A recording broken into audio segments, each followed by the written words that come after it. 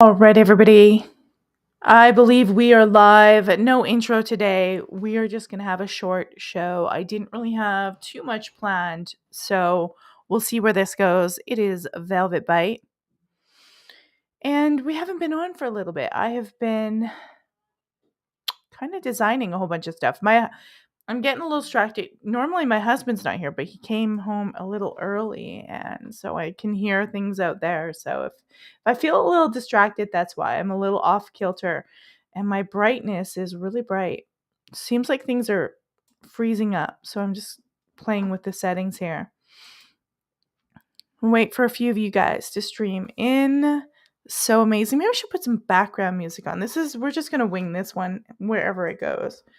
What about this one? I think this one's very, very dark. Very. My internet is moving so slow. You guys. Let's wait for some of you guys to stream in. I believe in April, I'm going to be on Walter Bosley's show, California. We'll see where things go. Yeah, you know what? The internet is just whacked. It's not playing any of my songs or anything. I'm not so sure here.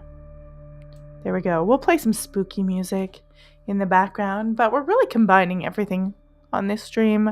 We are combining the vampire. I've got a little vampire biology fun video to go through at the end, but we're going to really start off with about AI. Looks like a dog banging at the door there. Wow. We're going to start off with the AI. I don't know if you heard about a guy named Greg Braden, but yeah, we're going to start off talking about a video with him, and we're just going to relax and go through it. I've been filming stuff all day for my new channel that I am developing.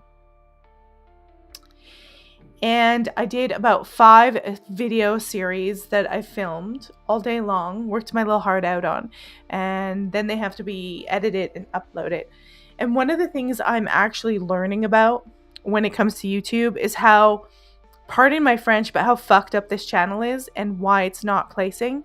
And it's not just because YouTube is like shadow banning me.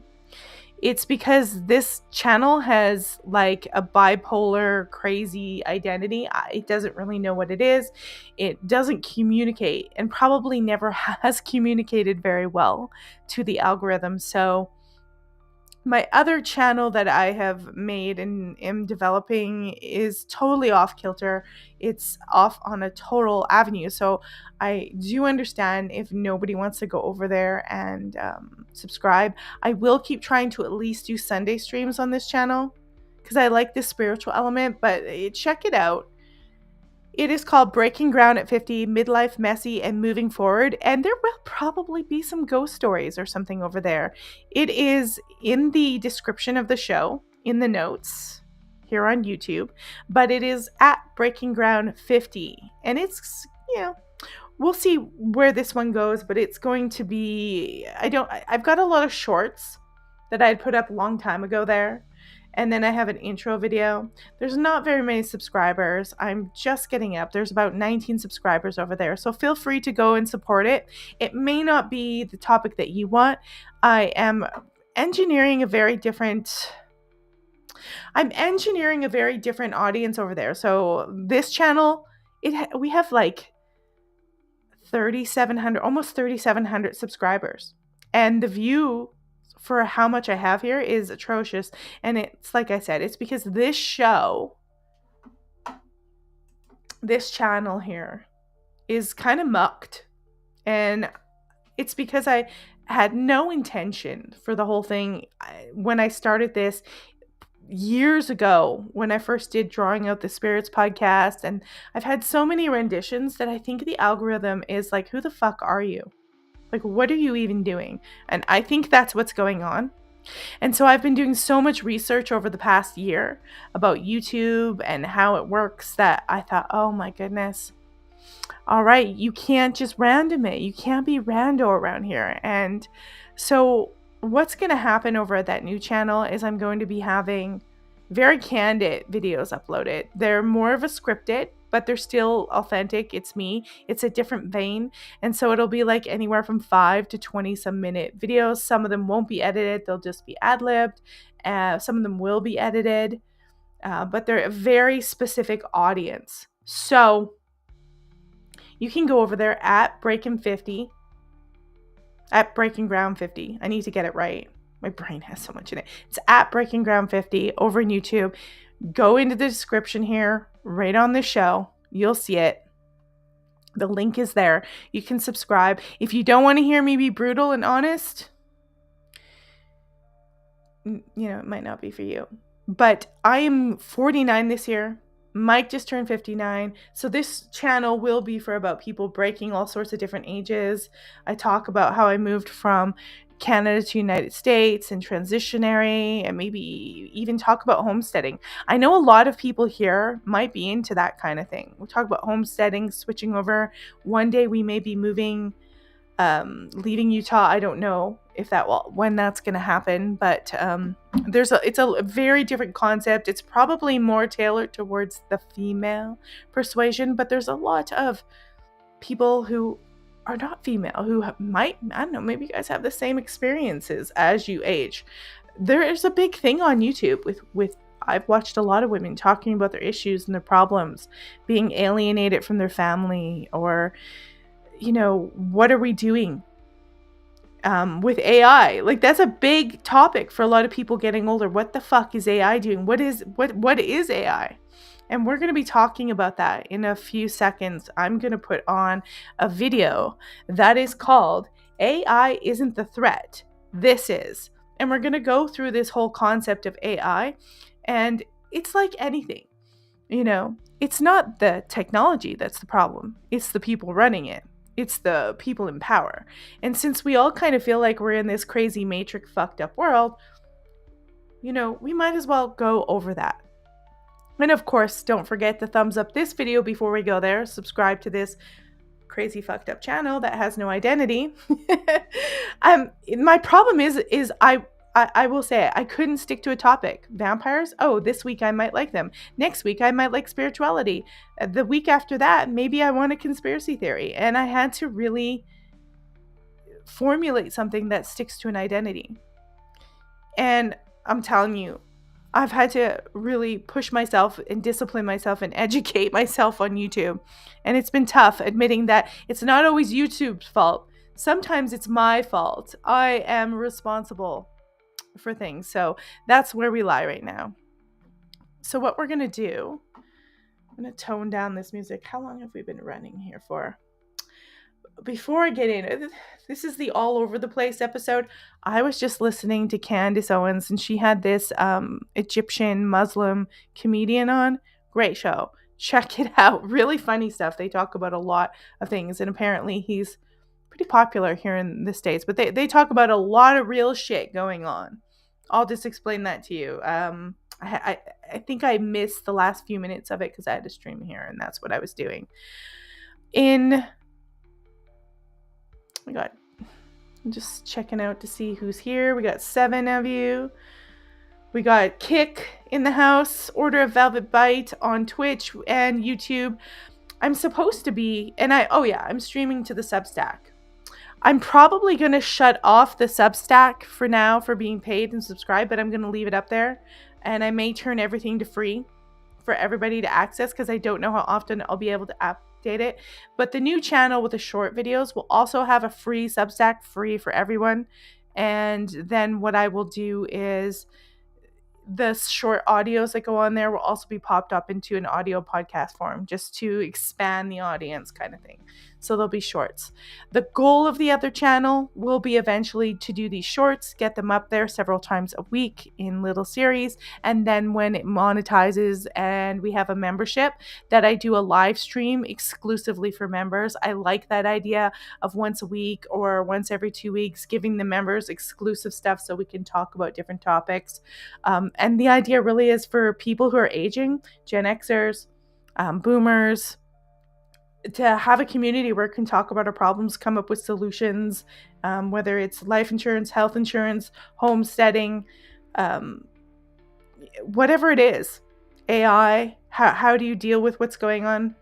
I try to keep the politics out of it because people are so inflamed now because we've been so brainwashed, but that is the goal over there. So I'll pop it up again and then we'll switch over. We're going to get into AI here. Breaking Ground at 50 at Breaking Ground 50 over at YouTube. Please do subscribe if you're interested. If you're not, I totally understand. You know, I guarantee you there will be a video over there at some time in the future of me saying, hey, spooky story, check it out, where I tell you exactly. Boomers, big time. You know what? I think I'm going to do a video. I think I'm going to do a video on why do people hate boomers. And why they shouldn't hate boomers and what the problem is. And I really do think the government just wants us all against each other at every fucking level, like boomers to hate Gen Xers, and everyone's complaining about Gen Z. My son's Gen Z. How can I hate Gen Z? Like it's crazy. You know, I'm like, I'm not gonna hate Gen Z. Are you guys nuts? That's my son. Like it's so insane, and it splits up the generations. It splits up the family, and it makes the youth want to go into corporations and hate their parents. It's getting insane. So we will say that. I want to say in tune with Gen Xer. Me and Mike are Gen Xers. He's an earlier Gen Xer. I'm a later Gen Xer. Jonacide says, I'm not aging. I'm getting wiser like a wizard. Hey, I was just recording stuff today. And that's part of it. Jonacide said, my kids are Gen Z, so I get it. Well, look, there's issues with Gen Z, but when hasn't there been issues with Gen X? When wasn't there an issue amongst boomers? You know, most of the stuff that we perceive about the generations and each other is all CIA bullshit anyways and propaganda. So we might as well not listen to it. You know, my biggest thing with my son is I just try to listen to him and see where I can relate to him. So maybe it's not going to be some deep conversation and emotional because he doesn't like that. But maybe I'll be like, hey, son, like the other day, I was talking to him about Lego Crocs. And people think they're ugly. And he was like, that's not ugly, Mom. That's a beautiful thing. You know, he thought it was great. And I was like, well, son, you know, they're $150, so I'm not going to buy you one. You're on your own on that one. But it's funny. So I'm going to tap out the music here. And we're going to get into Greg Braden. Greg Braden. If you haven't heard of Greg Braden, what shall I say about him? He has a very interesting background. I think, is he a geologist? I'll go find out his background. But I want to turn this music off first that I've had entertaining us for a while. We're going to put that one off. But let me give you the ABCs of Greg Braden. And it's Greg with 2 G's. Greg with 2 G's at the end. He's a New York Times bestselling author, and he's a scientist. And he's kind of a pioneer in bridging science, spirituality, and the real world. Apparently, he's a 5-time New York Times bestseller. And he used to write books. Do you guys remember who Louise Hayes is? She ran Hay House Publishing. She did the book You Can Heal Your Life. Wayne Dyer, spiritualist, was there. Well, I believe Greg Braden wrote under that publishing company, and he wrote books like The Science of Miracles, and he's been talking a lot about AI. In fact, he just appeared on Joe Rogan's show talking about AI and what the future of it, because there's a lot of people who are scared of it. I don't like it, and it's not the problem of AI. It's the problem of the people wielding the power. And I think we can all agree that the people wielding the power have a very crazy, nihilistic, dark perception of the future. And what they're wielding out seems like insanity, and it seems very anti-human. It's not AI working to aid human. It's merging humans with AI so that we lose our humanity. And it's kind of terrifying. So we're going to go into this. It's got a commercial that's popping up, but we'll go into this and see what he has to say and have a little discussion about it. And then we'll get into a video about vampire biology for This Is Thursday Night, the night of the vampire. Yeah, at least on this channel. I don't know about other channels, but here, let's get through this commercial. Meet check Base it out. 44. AI is a part of this conversation, and the AI is being rolled out by some projections 5 to 10 years ahead of where the predictions were. It is an advanced technology for sure that has been dumped into the laps of the general population with no guidelines, no guardrails in our community, our New Thought community. There are very few people that really understand AI. Two parallel themes that are unfolding in our society today, globally. This isn't just in Australia or America or in the West. This is in the whole world. Number one, the best minds of our time are telling us that unless we change the trajectory of our thinking very quickly, that we are most probably, not possibly, but most probably, the last generation of pure humans. Okay, think about that. We are the last generations of pure humans. Even Gen Zs might be fit with AI contraptions. And I think the idea in the future is that all babies who are born, and you will have to be born in the hospital, will be fitted with AI devices so that all their thoughts are literally, they can control everything without, having a pencil or a pen or a keyboard. They can just control things. It'll be done at the time that they're babies. How will that go? I have no idea. But that's the goal. That is the goal. So they may put some kind of microchip in my son's brain. He didn't have it when he was a baby. They might offer it him as some new gadget, and eventually it merges with him, transhumanism. But the goal is that they will fit all babies from the moment they're born, and maybe even nanochip them before with this kind of technology. That's what these elites are thinking about. That's where their minds are going. It's not just a smartwatch or your TV or someone monitoring you with a satellite. It's chipped from infancy on. Well, let's keep going. That the world will ever know. Within the next 4 to 5 years, 2030 to 2032. They say when we go to the grocery market, or you go to the airport, or you meet with friends, that we will be interacting with some hybrid of some mix. So we will be interacting with an NPC. So it won't be them communicating with the divine. It'll be this person that is being altered by these mechanics that may even have a voice, tell them what to think and say. They'll be altered by it, but part of their minds, they'll turn into zombies or NPCs because part of their minds will go stagnant because they're not using it. They're using the AI.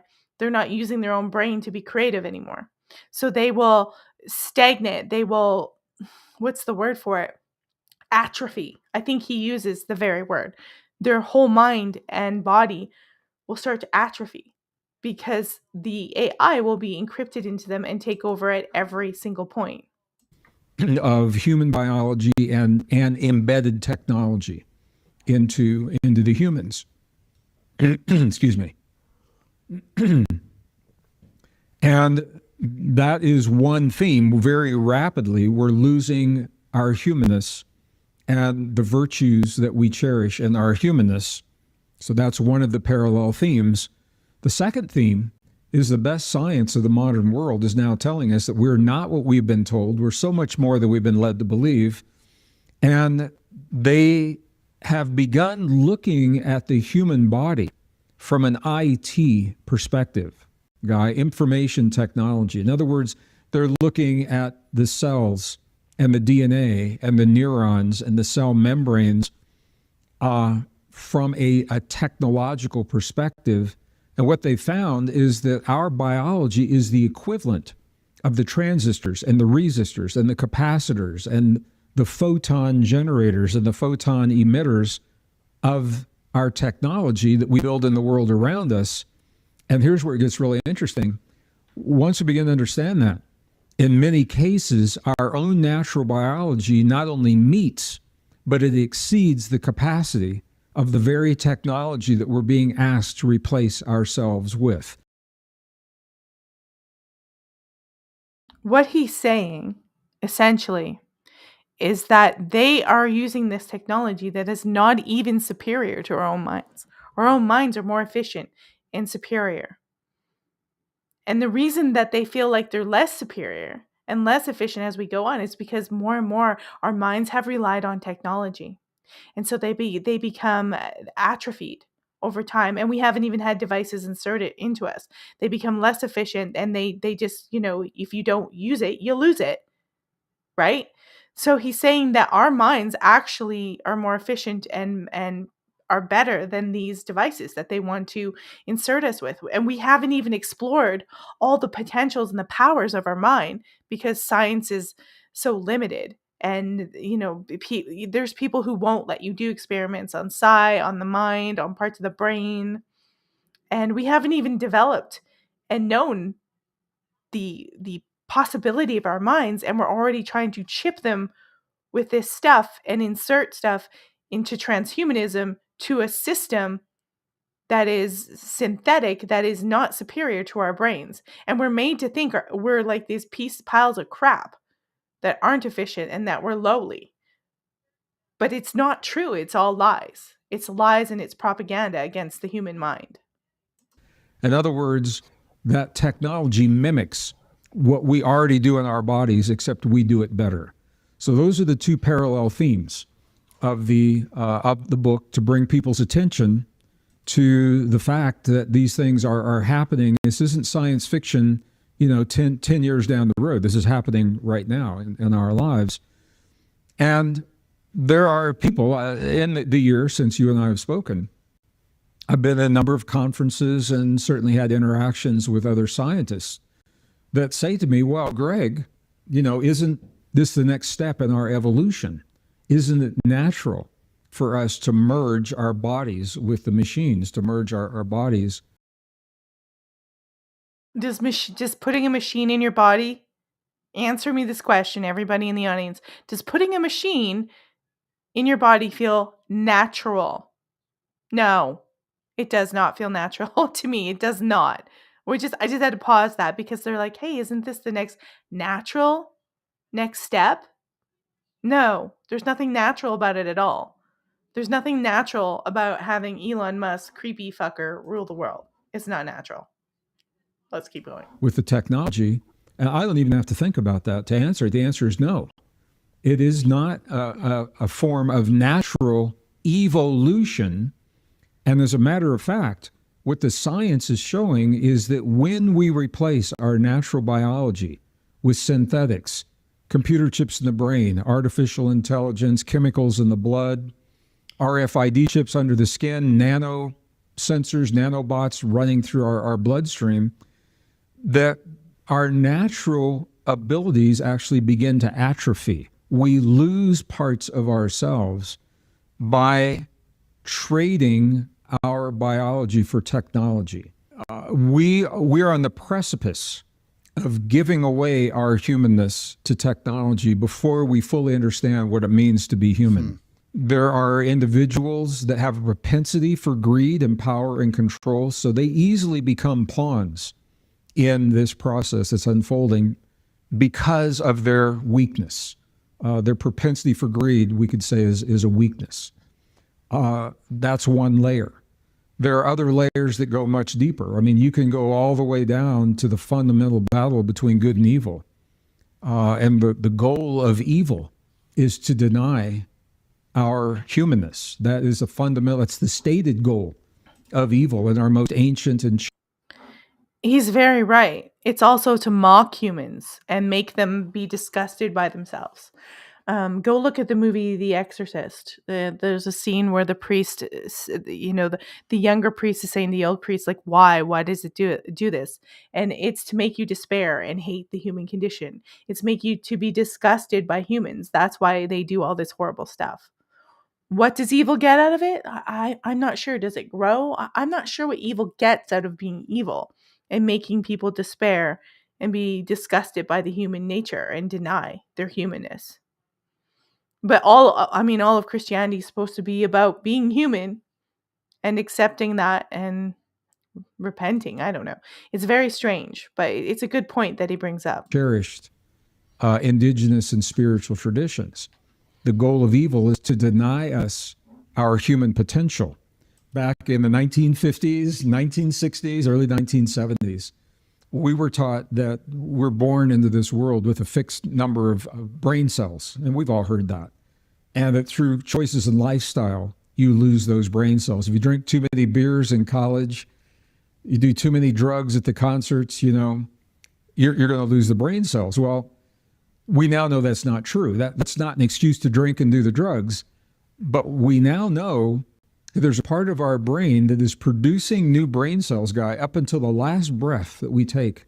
The catch is, if those new cells are not used in a meaningful way within about 7 to 10 days of when the brain produces them, they will begin to atrophy and die. It's interesting, Guy. A lot of people think AI is new. It's not. The first papers of AI were written back in 1930s. A man named Alan Turing, those computer scientists on your podcast know who Alan Turing was. I believe Alan Turing cracked the code during World War II. He cracked the code for the Germans to decipher what they were, what they were saying essentially. So he cracked their codes, their secret codes. And that's a form of AI. So this whole internet thing is all military anyways. The internet, if you go on to Twitter and you use Grok, Elon Musk bought Twitter, and then he pretended like he created Grok. Grok was created by the military. It's AI created by the military. ChatGPT, they're watching all this stuff for queries and the questions you're asking Grok and ChatGPT so they can see where the evil people who don't like a certain country are. And it seems like what AI, in my opinion, is doing is it's absorbing everything from us. Right? Like we're feeding it. It's like a big monster and we're feeding it all the information and it's got so much data in it right now. But what it can't do is it can't see into your past. Unless you take a piece of past in form of a memory or a picture and put it into the system or on the internet, it cannot see an experience you had before it existed. Now we can feed all the experiences into it that we have and pictures. They probably want like headphones that tap into your ears that read your mind and know what you're thinking. Like they're going crazy places with this. But they can't go to the past and absorb that. Probably drives them nuts because I think they want control of all information like a god would be able to access, which shows you they're not a god because they're so desperate to get it. So let's keep going. Was back in the 30s. Now, they didn't call it artificial intelligence. They called it machine intelligence. And there were papers written about machine intelligence. And then Alan Turing again in the 1950s, 40s and 50s, it was his machine intelligence that allowed the Allies to crack the code from the Germans during World War II so that they would know when the Germans were going to attack certain cities and prevent that. They saved lives, and it was machine intelligence that did that. I feel especially close to this because I programmed AI during the Cold War in the 1980s. I'm just going to pause it there. Y'all know I don't accept the narrative of World War II. Like, I think there's a lot more involved in it. There's a lot more to it than that. So he's going to go with the official narrative because that's probably what he believes. But I think all wars and all the narratives that we have, they're giving us a Sesame Street bullshit story, and it's much more complicated. So I don't know if that's even real, that he cracked the code and defeated because we all know the people who fund one side of the war fund the other side. So I'm not how sure. I'm not how sure I am about the narratives, but we'll go with it. Turing cracked the code. They won the war. Hip hip hooray. Okay, we'll just go with that. I was a civilian working for, I had a DOD clearance as a civilian, working for the Air Force during the Cold War. And we were using machine intelligence, certainly not what it is now. I mean, nowhere near what it is now. But I understand the principles. And so this is what I want to say. There is no interface in artificial intelligence that allows it to communicate with the field of our perceptions, of our.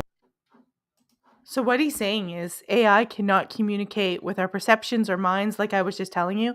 He's also going to tell you, if you believe in Akashic records, that's above all this stuff in the field. It has no way interface, no way of communicating with Akashic records or psychic stuff.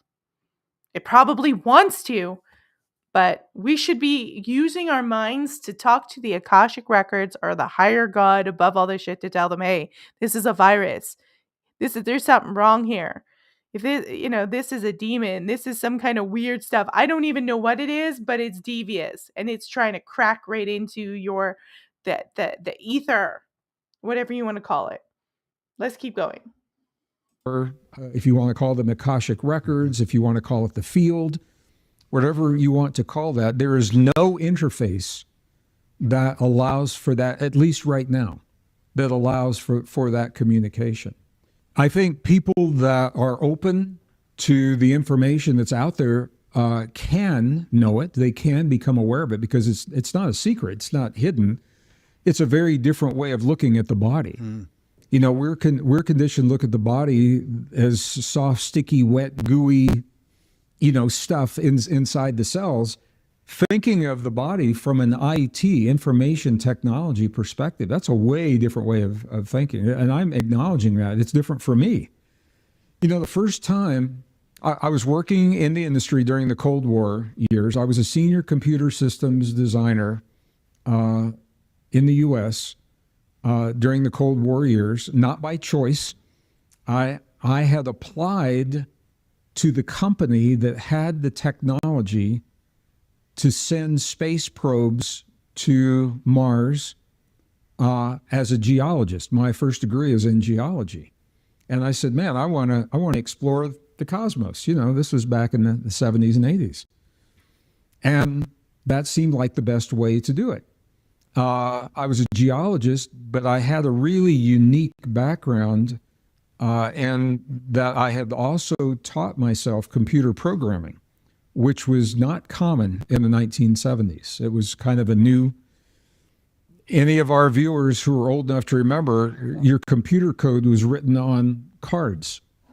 And those cards, you'd have a deck. So I kind of remember that. I'm not quite that old, but I remember that technology, and I remember looking at it and some of the earlier computers being read by cards. So I totally remember that technology. And Greg Braden must be some kind of genius. He's obviously gotten a high IQ because he fully understands. I believe he's Jewish descent, but he's definitely not a Zio, just so you know. He's I've heard him say he's disturbed by all the Gaza stuff and everything like that, just so everybody knows. But he's obviously highly intelligent. He's been involved in all this stuff in coding, and it's interesting that he has a more spiritual teaching life. He does have his YouTube channel, so he's got a lot of good videos on there. So I recommend you guys check it out. Those cards, and you'd actually load the deck into the machine. The machine would read the cards. Nothing like we've got now. So I had this unique What we got now. Combination of skills as a geologist, geophysicist, with math, physics, and I was learning computer science. And so I applied to the company. At that time, it was called Martin Marietta Aerospace, because I wanted to explore the cosmos. They hired me. And then they said, well, we're in the middle of the Cold War. We need your expertise on the defense side of this company, not the space exploration side. And then when the Cold War is over, you can go explore space. So that was how I ended up in, where I did. And, Guy, the Cold War was a very civilized kind of war because the governments were at war, but the scientific community was deeply cooperating. A lot of communication between the scientists. And I'm saying this because it was during that time, right around 1983, 1984, that a Soviet paper was published showing human biology, showing the human cell as an electrical circuit, a schematic of an electrical circuit that had an input and an output. I think the Americans poo-pooed a lot of Russian technology, which to their detriment. They also, you will hear American congressmen and politicians currently say that Russia is a gas station with nukes, a glorified gas station with nukes. The arrogancy, it's going to be the arrogancy that brings down the American empire, just the arrogancy of that. But like we talked about time travel on this channel, and Looking Glass, Project Looking Glass, and how we also talked about how the Russians were experimenting with stuff, which I still want to build that mirror enclosure. Apparently the second one I talked about that the Russians went into in the 90s, it's easy. You can kind of create it. I still want to do that, but it's interesting that the Russians were into a lot of this stuff that people are like, "Oh, that's so hokey. That's so conspiracy theory." And meanwhile, all our military bases are filled with Satanists in America. So you can't make this shit up. It's crazy. And the little components inside the cell were identified as resistors and transistors and capacitors, all inside the cell. And American scientists said, what are you guys doing? That's crazy. So the former Soviet Union, the Russian scientists were way ahead of American scientists, when it came to thinking of the body as, as technology. And that opened my eyes. I said, if that's possible, that means that we are regulating these cells. That means we're regulating this technology. And then I began to link that with our most ancient and cherished spiritual principles that tell us how to regulate through what we now call epigenetic triggers. So there's 7 key epigenetic triggers: thought, feeling, emotion, belief, breath, focus, nutrition, and movement. I guess that's 8. And that's the core of our indigenous and spiritual principles. So, did you guys get that? A lot of things that people talk about today. Breath, that's meditation and yoga. He talked about emotions and feelings, food, nutrition, movement. He mentioned a few others. A lot of those things you're hearing us talk about, and these are things they attack. The system attacks. They attack. A lot of these, they're certainly attacking the chemicals in our food and the nutrition. This is all these elements that he just listed. And I'm going to replay it. I'll back it up and let him say it again. Those are things that are regularly attacked in this system by these, whoever's ruling it, who has ever called the shots. They attack these 8 elements that he just listed. That's in this, that is always the core of these sort of ancient teachings and these sort of tribal cultures. I'm going to back it up and let him say it again, because they may have to do some kind of show on this. Principles that tell us how to regulate through what we now call epigenetic triggers.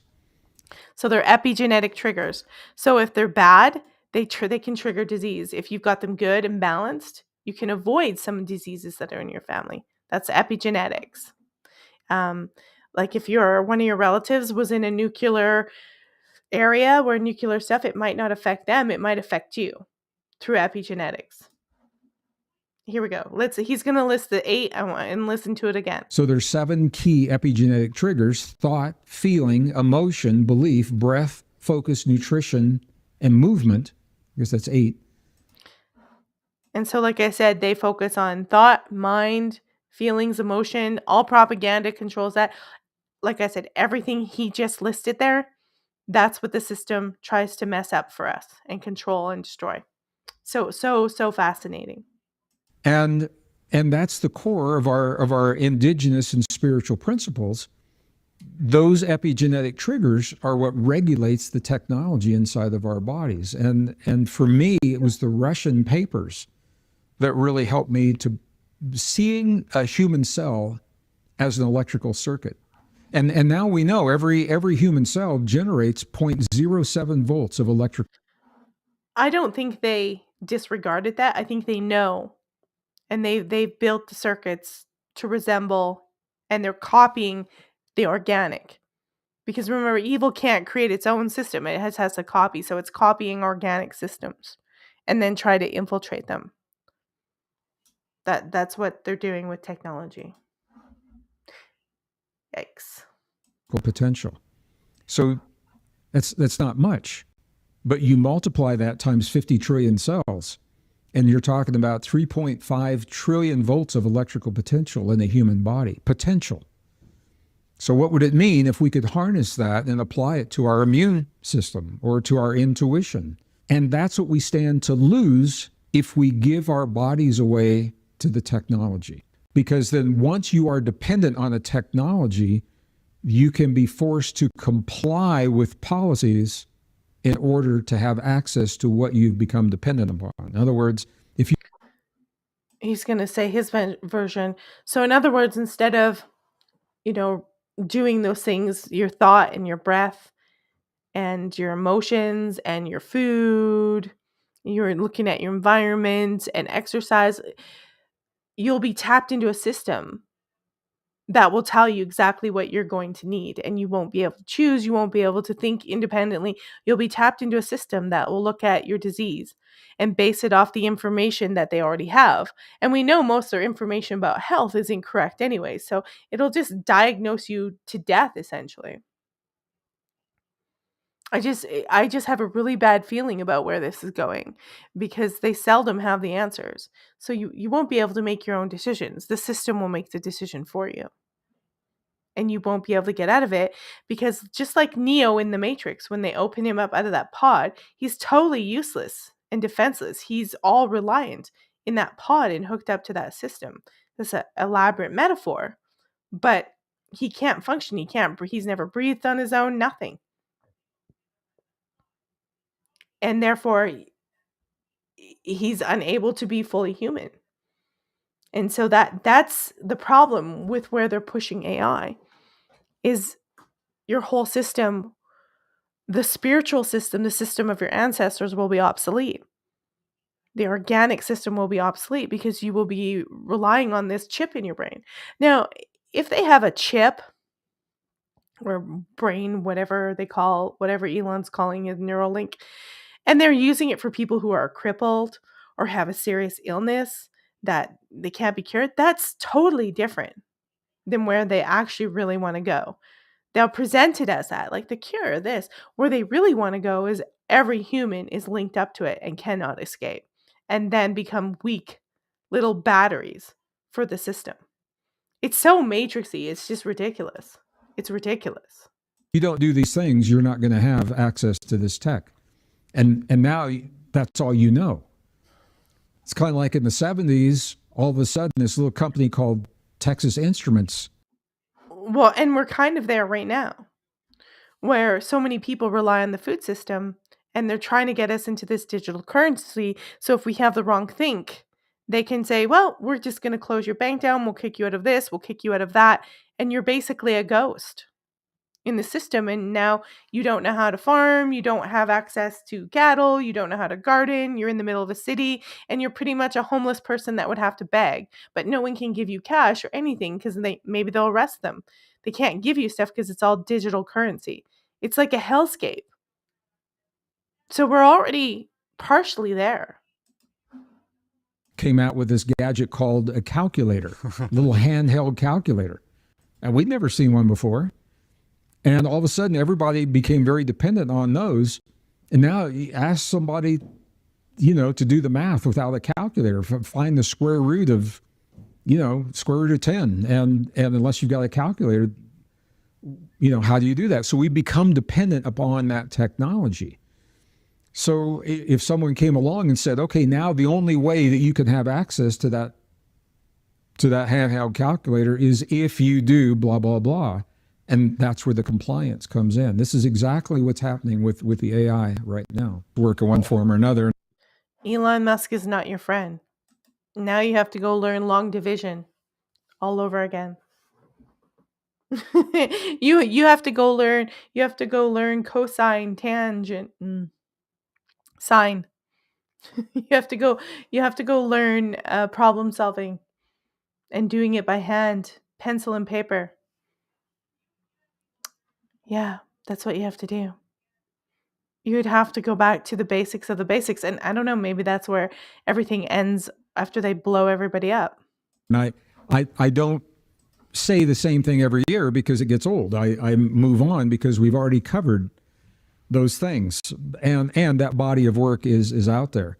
So we're living a convergence of many cycles. They are cosmological cycles that are converging, astronomical cycles, geological cycles, geophysical cycles, economic cycles, social cycles, political cycles, and interestingly, conflict and war cycles. I think that's why what he just said there is why everything feels crazy. Because all these things that he just listed are converging. And it's overwhelming for normal humans. That's why most of us are, wow, I just have to tap out. This is crazy.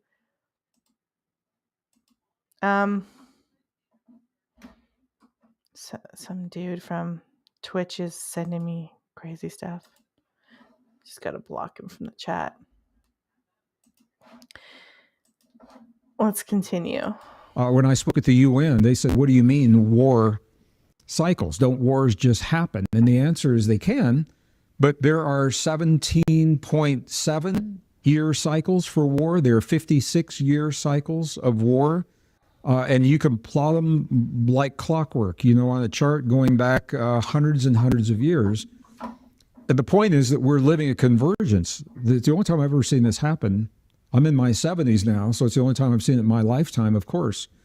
But going back in history, I don't see any time in the last 5,000 years of recorded human history where all of these cycles have converged the way that they are right now. This is the timeline that they know they're against. When I'm going to talk about timelines, time travel, this is why they have this date of 2030, because everything's converging into one cycle, all these different cycles. This is why we're all like, what's going on? Why do things feel different? And I have a feeling that the CERN stuff and all the stuff they're doing is actually making this happen. I don't know if this is their dream of chaos, if this is intentional. Oh, Jonocide made Gen Z pancakes. Good for you. Woohoo! The Gen Zers are getting pancakes. Good job. But there was this weird convergent cycle, and he's just told you it. It's all coming in. All these cycles with geography, war, socioeconomic, political. He listed a bunch of other ones. They normally don't happen and converge all in one time. They normally happen separately, and you'll have different political events happen that don't necessarily line up with natural disasters. They're all converging, and I have a feeling it's not because it's all magical. I have a feeling because they're messing with it and they're making it converge. That's what I think. Well, let's see what he says. And that's what makes our time so different.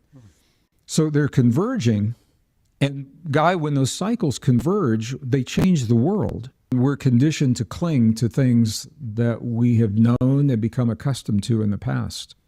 And when those things, We do this with relationships. We do this with jobs and careers. We always tend to stay longer. Typically, when they're not working, we say, well, maybe it's going to get better. Or what people say to me is, I can't wait until things get back to normal. I've had people say that to me. We can't go back to normal. Remember they told us during the pandemic it's the new normal? Unfortunately, I have a feeling Greg Braden is going to say we have to get through this and out the other end. There's no time traveling back to what it was. Just, I have a feeling that's what he's going to say. Because normal implies that we go back to the world that used to be, and that world is gone. We have no world to go back to. I don't know everything that lies ahead of us. I'm not a prophet. But what I do know is this: if we lose our humanness, the game is over. Because if we give our humanness away to the technology, to the speed and the efficiency of AI and a computer chip, we have lost the mechanism that allows us to transcend the change. Because the machines cannot morph and adapt the way that we can. The machines are locked in to a way of being. So, And that's what they're doing, the system. They want to lock everything in. So it's static and all the rich people are the rich people. There's no climbing. They want it to be like a caste system. They're locking it in so that there's no middle class, there's no nothing. There's just these rulers and all these poor schmucks on the bottom that they're using for their energy. They're locking it in. And if we adapt to a lot of this technology, we're helping them lock it in. We're actually taking away our greatest strength of adapting and adhering to different environments, different scenarios, adaptation. The computers aren't that smart because they can't do it, and they need humans to reprogram them to adapt. when the world changes again, those machines are locked into a way of being. They can't morph, they can't adapt to that way of being. So for me right now, the focus in my lifetime, I'm advocating for our humanness. I believe we're worth preserving. Yeah. I don't condone everything that our species has done. We can be a very cruel, vengeful, hateful species, and we can also have the most beautiful dreams and be the most benevolent forms of life. And that's what makes us so rare and beautiful and powerful and precious. And we stand to lose that in a single generation. And we've got to take care of our kids. We're not hearing enough about this, but the young Kids need to stay off the internet and not have that stuff. They need to get out doing normal things more. It's the one of the my biggest regret is probably getting iPads and cell phones because me and my son used to be out hiking and all activities with hardly any technology. Maybe we had a DVD player in the car. It's one of the things that when he started getting closer to teenage years and I let him have a cell phone, I'm like, damn it. But yeah, it's that trying to belong and try to get with the technology. There's a lot of people who are avoiding it, but like I said, they're trying to make it so that if you don't have it, you're a ghost. You can't function. And if you try to function off grid, they're probably going to get more severe and start attacking those people because anyone who leaves is a threat. people are being targeted because all they know is computers and AI. And they have come to worship those computers and those AIs. And we need to help our young people understand the value of what it means to be human. And my words are probably not the words that a family should use. So, family. All right. It's why I always say, like, the only thing that's going to help anything is probably getting offline. But everything's synced in. Grab your hair, pull it out. Everything's synced in online. So I'm not so sure that you can force your kids to kind of do that. It's going to be a tough one because my son's an adult. So there's no way I'm going to be forcing him. And most of everything is onboarding. Most of everything is onboarding. You know, most of everything is. See, I'm trying to fix this live. The camera is like, woo, excuse me, bright. Yeah, most stuff is online. It's on your phone. You can't function in corporations without it. So, and if the corporation fails, there's going to be, I mean, that's a disaster too. So it's just become this brute force monster running this AI that is totally inefficient and totally ridiculous and not that intelligent. And it's out of control. So limit your use of it. It's all I can say. And do not get that brain chip stuff. Do not put Neuralink in your body. They're trying every way. My only hope, like they're trying to put it in probably food, in the air, in bugs, in vaccinations. They're trying to put these chippy things everywhere. And the only thing that I can hope for in that is that we find like an antidote or the body fights back and kills it. I don't know that the body destroys it, or we find some way, something to take that counteracts what they're doing. But they'll try to outlaw that too. They don't make laws for goodness anymore. They don't like make laws to make society just and good. They make laws that help them keep you down. They make laws against you fighting back for your freedom and your independence. That's how it's going now.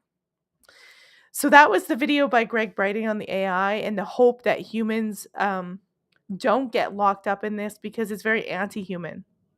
Elon Musk is not pro-human. There's something wrong with him. He says the words, but he's just a front man.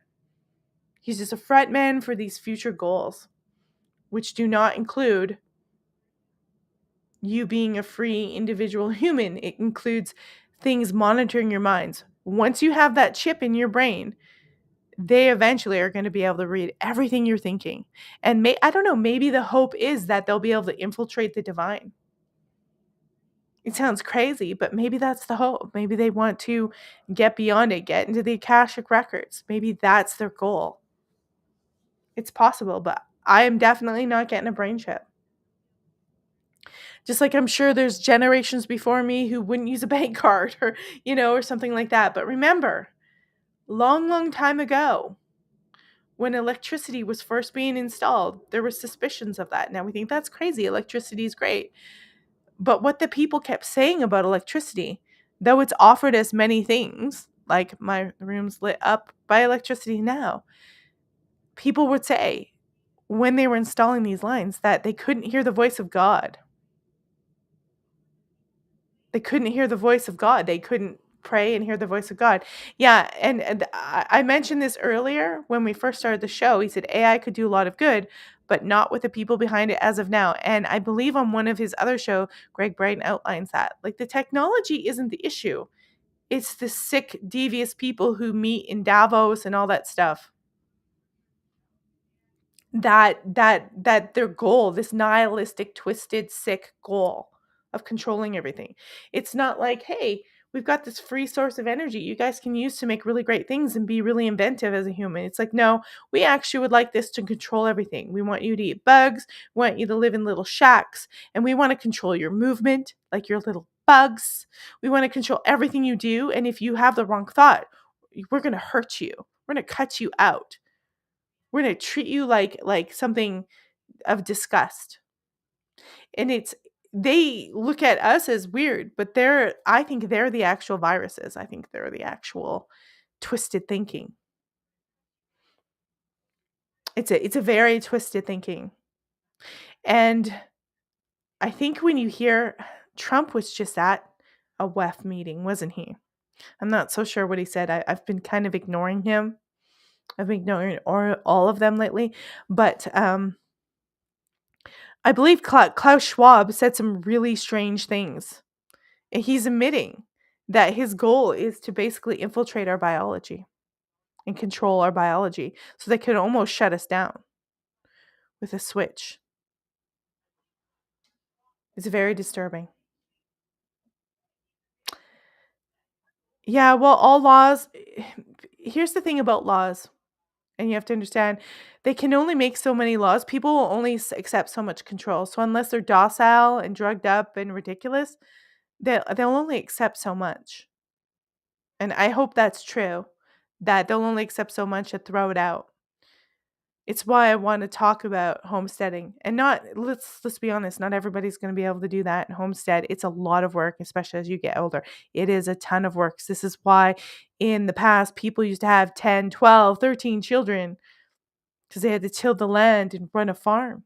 It's hard work, and as you get older, it's even harder. So most people aren't going to be able to homestead, but maybe they could have a victory garden or something, or they can just get their mind away from the technology enough to um, be sane. And probably on the other channel, it's something I might do a video on, is cutting out how the best way to cut out technology breaks. I don't know. It's a scary future. Let's pop it back. We're going to go over the vampire video. It was like, hey, we're just going to switch gears. But AI is scary. And people pretend like, nah, it could never do that. Not on its own, not if you have good people at the helm, but if you have wicked people, which we do, who like war, who are greedy, who commit genocides, and then build their skyscrapers everywhere, who want immigration because it's slavery, not because they want to help immigrants. Just take a look. There's a jet flying over. Maybe they know what I'm talking about. We do live near an airbase.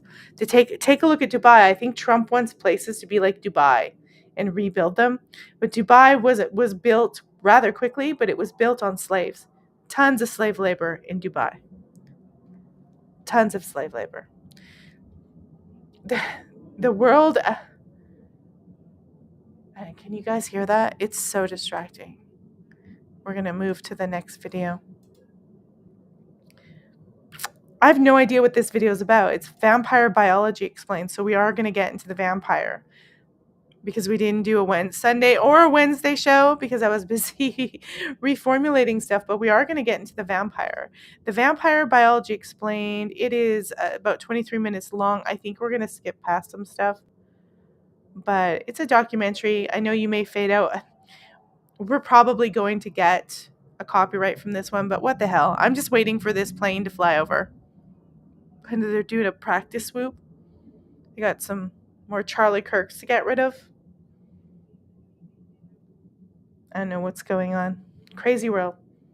It's hard to escape everything. It's almost like they've got a whole grid system locked in here all over the planet. And they're just like, maybe the poles will shift and take out all their satellites and, take out. I say Elon Musk's Starlink, but it's not his. It's the military has put up Starlink. The military's. It's all military. All these tech bros, it's all military stuff. We are in the biggest brainwashing system that's ever existed in the world. It's impressive, yet it's depressing and scary too. So let's get into some vampire. I have no idea the science of vampirism. We're going into some more science. I didn't know that vampirism had a science, but we're going to learn together because I haven't even seen this yet. I thought, I haven't seen this. Let's go over it for the last half hour of the show, and then we'll bid adieu, and we'll see if we can do a Sunday show. And don't forget to go over to the channel. It's right in the description, the other YouTube channel, which is Breaking Ground at 50. Breaking Ground 50 is the handle.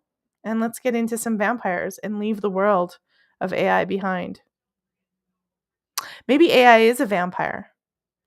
Maybe that's why I do both these shows. Food. To kill.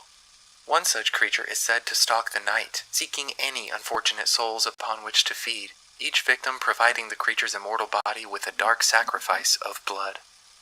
I am speaking, of course, of the vampire, a kind of undead leech, a species nearly indistinguishable from human, save for its cold, pale skin and enlarged canines.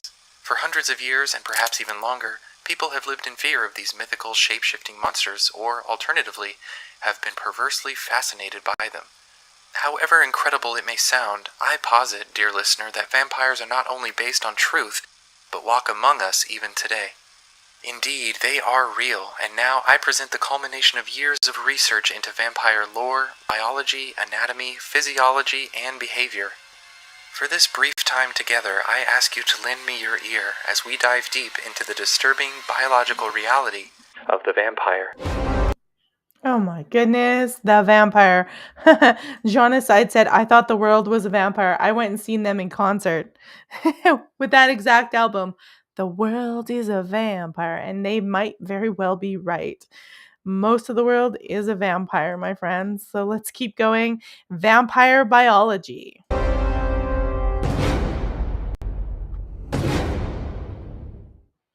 There's likely no that house in the background that looked like the Psycho house on Universal Studios or something. Discernible patient zero when it comes to the disease of vampirism.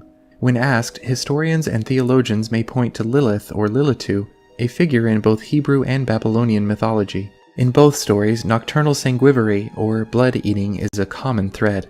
As previously mentioned, the concept of the vampire is present in cultures around the world. The Strigoi in Russia, the Manananggal of the Philippines, the Jiangxi of China, the Caribbean Sokoyant. These monsters differ in many ways, but they share one common trait, a thirst for human blood. But it was the legends of 12th century Europe that truly cemented our modern conception of the vampire. It was this era that gave us many of the superstitions and traits we... So that image right there, called The Vampire by Edward Munch, I used to have it on my wall, and I painted it white, and gave it to my son's class to use as a canvas because I felt like it was a bad energy thing and it was attracting people who were using me. And I don't doubt it. I started to like look at it going, I think I'm inviting some bad mojo with this on my wall. So I got rid of it. I just painted the whole thing white and then donated it to an art class.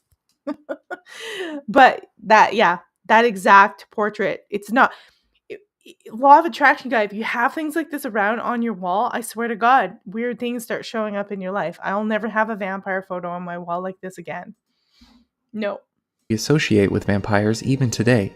Though, of course, Stoker's Dracula and Murnau's Nosferatu have been arguably even more influential in the modern era. Like many of you, for years I considered these myths of nocturnal, blood-sucking creatures to be nothing more than primitive fantasy, relics of bygone religions and the products of overactive imaginations. Then, come on, bro, they're not fictional. We were just talking about them. They're all the technocrats and the governments and the elites. They live amongst us. They're going to use us as batteries once they hook that shit up in our heads. Neuralink. Many years ago, I was confronted with something I couldn't explain. A dear friend and colleague was attacked by cover of night, her blood drained from 2 small pricks in her neck, seemingly as she slept in her bed. Since that time, I sought her killer and stumbled upon a truth purposefully hidden for millennia. And though I haven't yet filled in all the gaps, I now believe that I have enough evidence to draw a conclusion. Vampires are not supernatural beings as the stories tell. They are as real as you or I, but as the result... So this is getting into an area where they're not actually talking as metaphor. They're saying vampire biology, and I thought it would be interesting to look at. I am highly skeptical that there's a real vampire out there. I am, but people say they're real. So we'll go through it. You can weigh in on whether or not you think they're real, or if any of the information at any time seems a little sus, put it in. Say that's inaccurate, because I'm open to be skeptical as heck for claims that there's real vampires. I've never seen one. Doesn't mean there isn't one, but you have to have some compelling evidence, I would say. Of a mutagenic virus, they possess abilities that I am only beginning to comprehend. I hope that you'll withhold your judgment as to my level of sanity for just a few moments longer. I will present to you now the findings it's taken me decades to compile, and thanks to some new colleagues, much of these findings are taken from first-hand observation and dissection. But before we can discuss the details of these creatures' design, we must first understand how their condition spreads. Contrary to Okay, we'll pause it there. So it's right off the bat a lot of first-hand accounts. So we can say those that can be critical without any other evidence. So if it's just first-hand accounts or stories, we have to take that with a grain of salt, I think. Consider it, but also consider it's someone's experience or tale that may be misinterpreted or could be an outright lie. Thought, it is not a supernatural imbuing of life force, nor a selling of one's soul to the devil that causes the dark transformation into a vampire. I got your pizza. Hut! We should order pizza. lowly virus transmitted through bodily fluids, a mononegavirus with properties similar to rabies, mumps, and measles. Unlike Okay, that's really compelling that he's talking about a virus. So now I really do have to listen.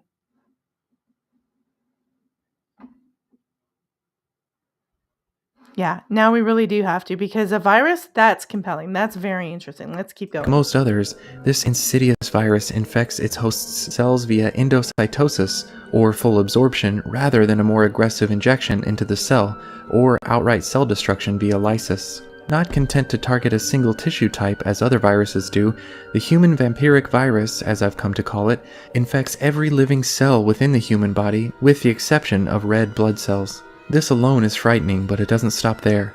HVV appears to alter its host cells in a uniquely insidious manner, allowing them to continue normal processes, such as regenerating their membranes, while also hijacking them in order to produce its own virus clones. In short, while cells are infected and altered, they are not destroyed, a trait that makes the virus immensely successful. Adding to this success is a staggeringly rapid replication cycle. Infection of the thyroid gland initially increases the speed of metabolic processes throughout the body, and the virus's incubation period is a nearly unprecedentedly brief 6 to 12 hours. Once incubation is complete, victims of HVV I'm going to have to look up HVV. While he talks, I'm going to look it up, and we'll see. We'll see how prevalent it begin is. to manifest an array of symptoms not unlike the common flu: headache, fever, chills, as well as the effects of the aforementioned metabolic increase. Rapid heart rate, severe thirst, excessive sweating, and frequent urination have all been observed. These symptoms generally last another 6 to 12 hours. But while these particular effects are disturbing, they are by no means unique to HVV. 12 to 24 hours after these symptoms first appear, however, the victim will slip into what I term a vampiric coma, and it is this state of active unconsciousness that begins the true transformation. Okay, so if you guys look up HVV, there's HPV, there's a herpes virus, there's nothing in recorded medical history that says HVV. They're saying that this is this made up fiction. It's a fictional thing. Maybe this is a fictional story. I don't know, but there's no such thing in medical terminology. So maybe he's taking the criteria of some other disease and then he's calling it the HVV disease, but it's not official. So we have to be super skeptical. Is this I gotta let's go to the comments. I'm gonna play this one, but I want to see the comments on this. If the victim lives through this extraordinarily taxing process, they will awaken an entirely different creature.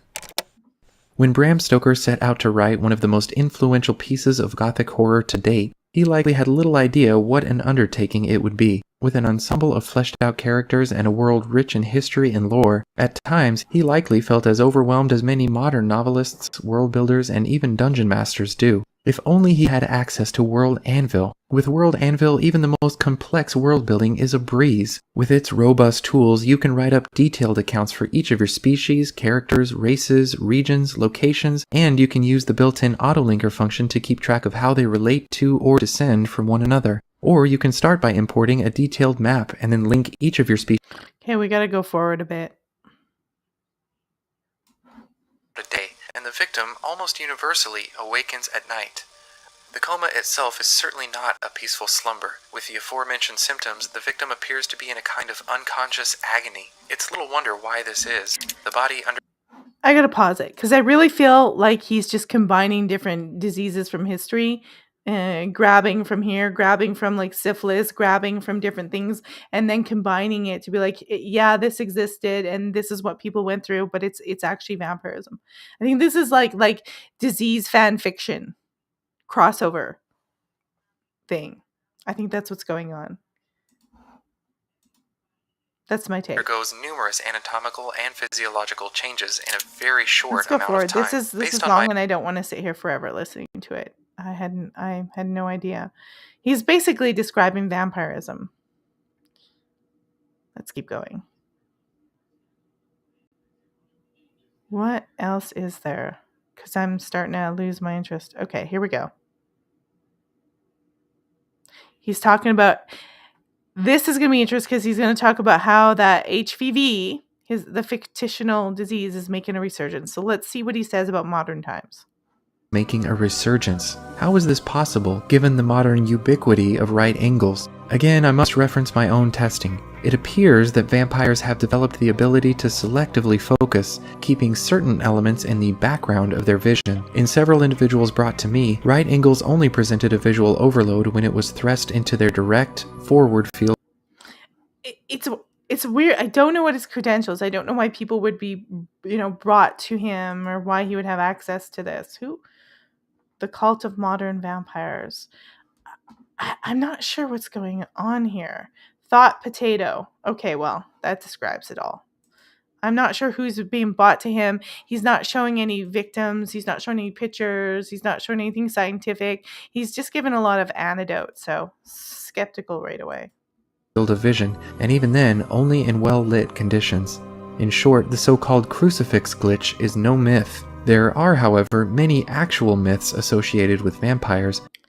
Did you guys watch the video with Erica Kirk? I should have pulled it up, but I haven't. She was just recently, she's on this tour.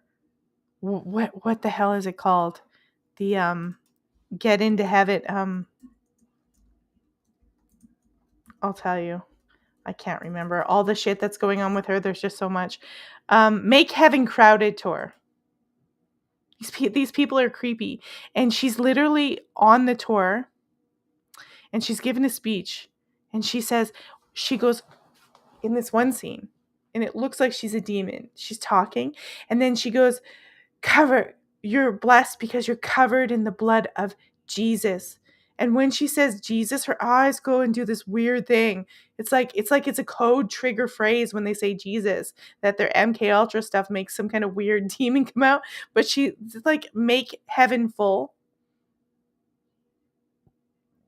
Hopefully she's saying, like, there could be so many ways that's taken, by the way. Make heaven full. Like, we're going to kill a whole bunch of people because we're going to war. Let's make heaven full. Or it could be literally, she means like after they die, you better be good and follow TPUSA and do what we say so you can get into heaven. Manipulation. Who knows? Let's keep going. Anyways, like this idea, like there are some weird MK Ultra crazy vampiric. I would be more convinced if he said they're creating vampires with MK Ultra. I would buy that one right away. I think we're onto something. The MK Ultra vampire. I think we should look into it. Which I will discuss shortly. But of course, vampires' heightened senses aren't only limited to sight. Hypertrophic cerebral neurons and additional receptor cells dramatically increase hearing range, and the same is true of smell. Unfortunately for their human victims, hiding from a vampire is nearly impossible. Some of the more impressive changes, however, occur in the more visible aspects of vampire anatomy. For one, muscular composition is drastically altered during the vampiric coma. Human muscles are made up of two main types of fiber, fast twitch and slow twitch, at a ratio of about 50-50. In vampires... Do you see what he's doing there? He's not giving you evidence that they're vampires. There's no evidence. He's saying, hey, this is the myth of a vampire, and this is why. So he goes on to explain, gives you a fact. Like the human body is made up of this kind of muscle. So it looks like he's done some scientific research, but he's mixing it with fantasy about how when you become a vampire, you get more muscles. He has no proof for that part. To see how he's phrasing this? It's tricky. A lot of people get tricked by stuff like this, and they put it into politics and everything. So his research is not very honest, if you ask me. An astounding 90% of their fibers are the fast twitch variety. This, along with a significant increase in myoglobin and mitochondria, which allows for a greater amount of activity without lactic acid buildup, and elevated intracellular ATP, means that vampires are not only frighteningly fast. He just spewed out a whole bunch of gobbledygook facts and then applied that to vampires. It's just, like I said, this might as well be fan fiction. I gotta move along here to the end. What's going on? Because I'm losing interest. And if I'm losing interest, everybody else watching has lost interest like 10 minutes ago. Let's see how they ended up. What's the conclusion?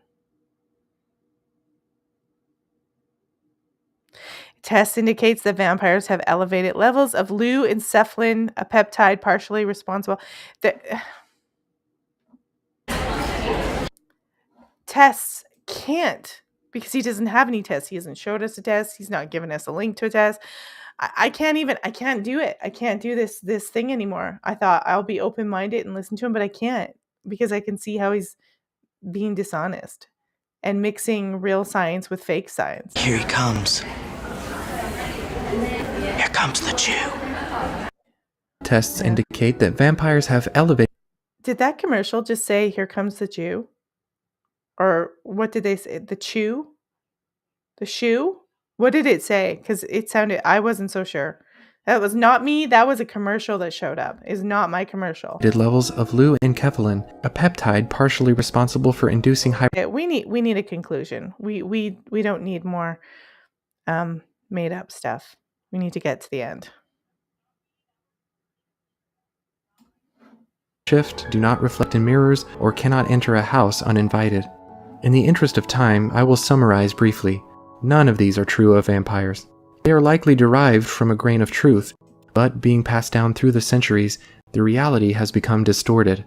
Sensory sensitivity to light became deadly. Superior reflexes became flight, or the ability to turn into a bat. The ability to blend into the shadows via crypsis became non-reflectivity, and aversion to right angles became the inability to cross the threshold of a home. The garlic thing is pure fiction. And so, my dear... I don't want to be rude, but we're going to leave that, because that whole thing is pure fiction. But you see that it's a good lesson in how he takes some truths, like, hey, the human body is composed of this and this. That's to set you up, like, oh, he's done some research, he's inserting some facts, and therefore, if you're really naive, you'll follow along and go, oh, look, he has more numbers and facts, but then he just makes up some stuff. So I highly doubt that guy has any vampire or anyone donating parts or anything like that. He hasn't showed any specimen. He showed nobody he's interviewed, no studies, no real measurement. He just talked. So I kind of felt like that's where it was going.